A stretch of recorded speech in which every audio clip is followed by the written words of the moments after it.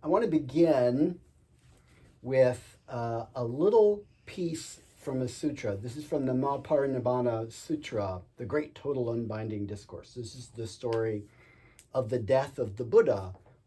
It's the story of what happened in the closing probably weeks of his life in the Pali Canon. It's the 16th part of the Digha Nikaya, which is the long discourses. So this is a very long sutra. So I'm just going to read a little tiny piece of it. This is when they've arrived in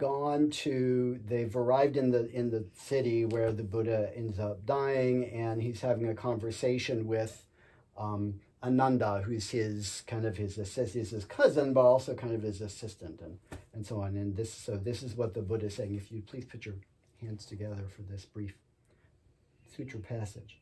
There are 4 places, Ananda, that a pious person should visit and look upon with feelings of reverence. What are the 4? Here the Tathagata was born. This, Ananda, is a place that a pious person should visit and look upon with feelings of reverence. Here the Tathagata became fully enlightened in unsurpassed supreme enlightenment. This, Ananda, is a place that a pious person should visit and look upon with feelings of reverence. Here the Tathagata sat rolling the unexcelled wheel of the Dhamma. This, Ananda, is a place that a pious person should visit and look upon with feelings of reverence. Here the Tathagata passed away into the state of nibbana, in which no element of clinging remains. This, Ananda, is a place that a pious person should visit and look upon with feelings of reverence. These, Ananda, are the 4 places that a pious person should visit and look upon with feelings of reverence. And truly there will come to these places, Ananda, pious bhikkhus and bhikkhunis, laymen and laywomen, reflecting, here the Tathagata was born, here the Tathagata became fully enlightened in unsurpassed supreme enlightenment. Here the Tathagata sat rolling the unexcelled wheel of the Dhamma. Here the Tathagata passed away into the state of nibbana, in which no element of clinging remains. And whoever, Ananda, should die on such a pilgrimage with his heart established in faith, at the breaking up of the body after death, will be reborn in a realm of heavenly happiness. This is the end of the teachings of the Buddha. Thank you. I'm going to focus on something kind of basic tonight, but it's something that somebody who's new to Buddhism might find a little bit confusing. And it has a lot to do also with kind of the public image of any religious tradition. What do people kind of outside the direct community know about it? Which is holy days, holidays, sacred time. When you hear about some people, all they know about some religious tradition is, well, I know they do that holiday in the spring, or whatever it is. That might be the only thing that people even know. And there was a confluence of things that made me want to talk about this tonight. First of all, you may have seen a few days ago on the 8th, stuff about Bodhi Day, right? You may have seen stuff on social media or whatever about Bodhi Day. I'm like, wait, Bodhi Day is a Buddhist holiday, and Daejeon didn't say anything about Bodhi Day. What's going on with this Bodhi Day thing? So the other thing was, every year for the last couple of years, I've created this calendar for the parish, and this is the 2024 version of the calendar. So I've been finishing the calendar, and I just a couple of days ago sent it out and you guys are in here, by the way. Sent it out to the Sangha, sent it out to all the other clergy in the parish to be able to use if they want to. I don't know how many of them actually do it, but I provide it. The third thing was just we're in the holiday season, right? From probably Thanksgiving until, I don't know, middle of January, the holiday season, all obviously focused around Christmas, right? Christmas is the 900-pound gorilla of the holiday season, but, the holiday season. So people are thinking about this kind of stuff. So if you think about holy days in Buddhism, there's so many interesting parallels between Buddhism and Christianity. And this is one of them, because the big holy days are about the life of the founder in both traditions, right? Obviously, the big holy days in Christianity have to do with the life of Jesus, and the big holy days in Buddhism have to do with the life of the Buddha, especially the ones that were mentioned in that scripture reading that I was just reading, which was about places, but it mentioned places that were important because of things that happened there that then became holy days in the tradition. So we've got the birth of the Buddha, the enlightenment of the Buddha, the death of the Buddha. Those are the three big ones. Among the minor ones are the renunciation of the Buddha when he left home to begin his travels, his study, and then the first sermon, the setting the wheel of dharma in motion, which was mentioned as one of the places. The complicated thing about this is that different Buddhist lineages from different countries and traditions celebrate mostly the same holidays on totally different days. It's like, most Christians do Christmas on December 25th, but some Christians do Christmas on December 25th in the old calendar, which actually isn't until into January. Some of the Orthodox churches, and then Ethiopian Orthodox Church, they got their own whole thing going on a totally different date. So it's kind of the same thing here. Partly this is because of different calendar traditions in different parts of Asia that are older than Buddhism. Partly it's because there's multiple different biographies about the Buddha, compiled at different times based on different scriptures, and so some of those have different ideas about exactly when things happened in his life, and in terms of where they fall in the year and that sort of thing. So some traditions have different dates kind of over the, I guess you could say, liturgical year for the major events, and then there's some of them actually kind of smush them all together and kind of have combined events. Now, the lineage here obviously is Korean. Korean's in the Mahayana tradition. The traditional dates for holy days follow the traditional calendar. The traditional calendar is of Chinese origin. It's a lunisolar calendar. So it's like the Jewish calendar in that sense. There's 12 lunar months, which doesn't quite add up to a solar year, so you end up a little bit short. So every so often you have a 13th month to kind of get it back on sync, the exact same thing the Jews do with their calendar. This year started on January 11th on our calendar, on the Gregorian calendar. The lunar New Year was January 11th. But this was a leap year. There actually was a 13th month this year. So the next year, the next Lunar New Year doesn't actually start until on the Western calendar, February the 10th, right? So we'll have a special kind of New Year's ritual. That's a Saturday. Conveniently, it's a Saturday. So that Saturday night, we'll do a kind of a special New Year's ritual thing. Another complication, and this feeds into this Bodhi Day thing I mentioned earlier, is has to do with Japan. When Japan adopted the Western calendar, which they did in 1873, they took the traditional lunar dates for things and just plucked them down on the same corresponding date on kind of the Western calendar. And since Japanese Buddhists in America are so numerous, and also since so many convert Buddhists are converted to Buddhist lineages, they take up a lot of airtime with holidays. So when the Japanese celebrate these holidays, gets a lot of attention. So what I'm going to do, I'm going to kind of go through the holy days. What are the holy days that are in the calendar? I'm going to go through them in calendar order, and let's just kind of follow the year, not in the order in which they follow in the life story of the Buddha. They're a little out of sync in terms of where they're commemorated. So the first one in the new year, it's going to be coming up, is the enlightenment of the Buddha. In Sanskrit, it's called Sambodhi Puja. Bodhi means enlightenment. Puja just means a ceremony or a ritual. So Sambodhi Puja. In Korean, it's called Songdoljeil. That's the enlightenment of the Buddha. On the traditional East Asian calendar, it's the 8th day of the 12th month of the lunar calendar. So in Japan, lineages that have been influenced by Japan, that just happened, right? The 8th day of the 12th month means the 8th of December. So the 8th of December every year is Bodhi Day in Japan, and in traditions that kind of follow that calendar. I think some people whose lineage really isn't Japanese, but they choose to use the Japanese date just because, as a result, that means it's in this holiday season, because then it falls in between Thanksgiving and Christmas, and they want to have something in that season. So I think some kind of convenience thing to using the Japanese date for that reason. But on the traditional calendar, on the East Asian calendar, it doesn't actually come up until January 18th.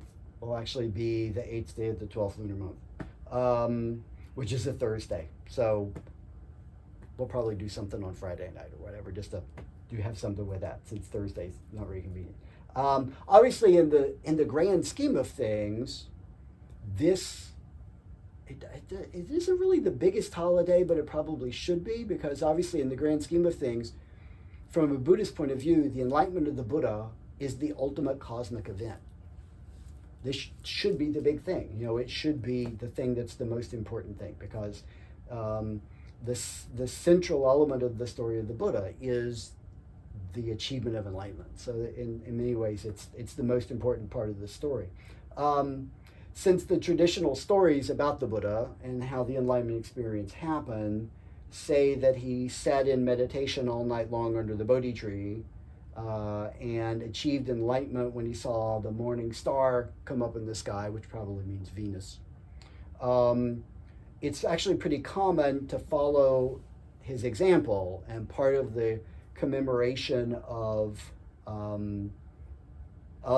this enlightenment experience is that people will sit up all night meditating, right, and until the next morning.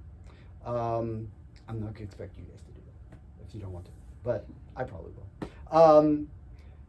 So that's the first one that's going to happen. The second one is the renunciation of the Buddha. That one in Sanskrit it's called a Pavraji Puja. In Korean it's Chulga Jeyil.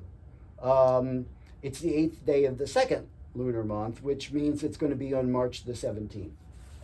This one's not kind of a major holiday. It's kind of a minor holiday, I guess you'd say. Primarily, this one's meaningful to monastics because obviously they've done the same thing. They've kind of gone forth from the householder life. Lay people don't tend to get very excited about that one for obvious reasons. It's not that big a deal. In some traditions, one of the other things that was mentioned in the scripture was the first sermon. Asala Puja, sometimes it's called Dharma Day. This is a festival that commemorates the Buddha's first teaching when he delivered that first sermon, the Dhammacakkappavattana Sutta, setting the wheel of Dharma in motion to his 5 former companions in asceticism in the deer park at Benares. In Theravadan countries and southern Asian countries, this is a pretty big deal. In Mahayana countries, it's not quite so big a deal. It takes place on the first full moon that kind of falls in kind of late June, early July. But again, in Mahayana tradition, that's not one that kind of a big deal is made about. The death of the Buddha, Parinirvana Puja, is the Sanskrit for that. In Korean, it's called Yolbon Jeyil. Jeyil just means day, if you haven't figured that out right. It's a special day. It's the 15th day of the 24th lunar month, or the 15th day of the second lunar month. So that's going to be March 24th in 2024. So that one's it's odd. It's only a week later, right? We have the renunciation of the Buddha, and then a week later we have the death of the Buddha, which is kind of weird timing. But given the theme of that one, it's reflect on impermanence, mortality, remember the deceased. Buddhists don't take any excuse to remember the deceased. That's the big thing that we do. So any opportunity to do that. So that's another reason to do that. So that's a big part of it. People will go to the temple and make offerings for their ancestors and these sorts of things. It's a major part of that event. The birthday of the Buddha. Vaisakha in Sanskrit, in Korean it's called either Bultanil, which means Buddha's special day, or Sokka Tanshinil. Sokka is Sokamuni, right? Sokamuni Buddha. It's the 8th day of the 4th month. That means it's going to be May 15th. Conveniently, that's a Wednesday. So we'll have a cake, or I don't know, we'll party somehow with our Wednesday service when we get to May. This one, there may be a little Christian influence behind this one. It may be a little bit of Christmas jealousy with this one, because in many ways, well, okay, it should be important. Should it be more important than the enlightenment of the Buddha? I don't know. But this is the one that's kind of the party one. This is the one that is the big deal, especially in Korea. This is the most public Buddhist holiday. It's called the Lantern Lotus Festival. Temples will string cables and hang. Have you ever seen pictures of this? You were there. You were. And I was staying across the street from the big one in Gangnam. Oh wow! They'll string wires across their kind of the open spaces in front of the temples, and you'll just have lantern, just hundreds and hundreds of lanterns, and they'll have big feasts, and they'll have special fundraising things going on, and there's always a big parade in Seoul with these big light up floats, and other big cities do the same thing, but obviously the big ones in Seoul. It's a really big deal. Lay Buddhists will visit temples and they make donations, and a part of the commemoration is bathing the Buddha, remember? Right? A little Buddha statue. Where's mine? Somewhere here. Is it up there? I think it's up. No. Yeah, I think it's up there. A little Buddha statue. Well, mine's a little. If you go to lots of temples, they'll have great big, and they'll have like dozens of them, because you'll have hundreds of people coming on, wanting all at once to bathe the baby Buddha. So that's a very important part of the tradition. Now, again, in Japan, since the way they placed everything on the calendar, it's April the 8th. It's always April the 8th in Japan. Because, again, it's the 8th day of the 4th month, so that's April the 8th. But on the lunar calendar, it moves around. Again, May 15th is the one for this coming year. Now, there's another complication that's connected to the birthday, though, because in the South Asian Buddhist tradition, they've taken those three big events, the birth, the enlightenment, and the death of the Buddha, and they put them all on the same day, because the biography of the Buddha that they have, that's part of the Pali Canon, says all three of those things actually happened on the same day of the year, obviously in 3 different years, but they all happened on the same day of the year in that version of the Buddha's life story. So they celebrate them all together. It's called Vesak or Vesaka. So obviously that kind of changes the mood of it. In a country where, like in Korea, where they just celebrate the birthday, it's a big party, right? And it's just all party because it's all great. And the Buddha came, yay. But obviously if you're putting birth, enlightenment, death all at the same time, that's different content, right? So that's obviously going to change the mood of things. However, in many ways, Vesak is probably the holiday that outside of Buddhism gets the most attention. It's the one Buddhist holiday that's recognized by the United Nations.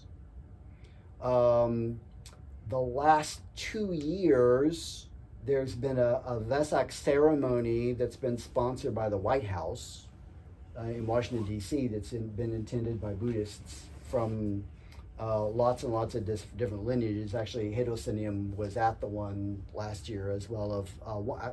Mostly that's because one of our Tego clergy, Reverend Buppy, lives in Maryland and works for the government and was involved in part of the planning committee for putting the whole thing together. So he made sure. Jame Kunsanim, our patriarch, couldn't go, so Hedo went instead. There's also a pan-Buddhist Vesak ceremony every spring in Pittsburgh. And I actually have made contact with it. There's a kind of a consortium of all the different, like a dozen or so Buddhist communities in Pittsburgh that do it together. They usually actually do it at one of the Unitarian Universalist churches, which is interesting. And I've kind of made preliminary contact with them about, hey, we want to help with this thing. So hopefully we'll see if we maybe get involved in it. There's a couple of other things that are not directly connected to the life story of the Buddha. And a couple of you were around when we did these earlier in the year. Ulambana, in Korean it's Dohyeon. This is the 15th day of the 7th month this coming year. That's going to be middle of August 18th. Basically, this is Buddhist All Souls Day, right? We commemorate our ancestors who've died. We especially remember people who've died in the last year since the previous Ulambana. Families will lay out a spread of their ancestors' favorite foods, in the belief that it will provide sustenance to any of them who may have be spirits who may have become preta, hungry ghosts, for the Hungry Ghost Festival. In that sense, it's a little like Dia de los Muertos in the Mexican tradition. There's actually an amazing amount of similarity between the two. It's really, really interesting. So we'll do that in the fall. The other thing I'll mention that's related to the calendar, and I've talked about this before because it's going on right now, this thing called Ango, right? The year is divided into, in the Chinese, Korean, Japanese, Mahayana Zen tradition especially, the year is divided into 3-month periods. So there's like 3 months of intensity and then 3 months of take it easy a little bit and then back to the intensity. So Ango refers to these 3-month intensive practice periods. There's Ango in the summer and there's Dongongo in the winter. It's a carryover from the old rains retreat that happened in India, with the monastics would all come together during the monsoon season and practice together. So we're in Dongongo right now.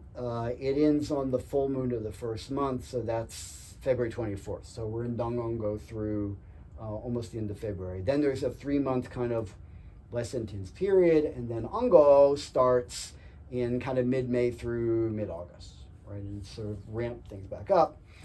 In Korea, during Ango and Dongongo, it's common for monasteries to have retreats for the whole length of that, monastics mostly taking part in these, but lay folks do it sometimes. The participants in the retreat will literally sequester themselves in a building on the grounds of the temple and not leave that building for 3 months, and meditate 14 hours a day or whatever, and very intense practice.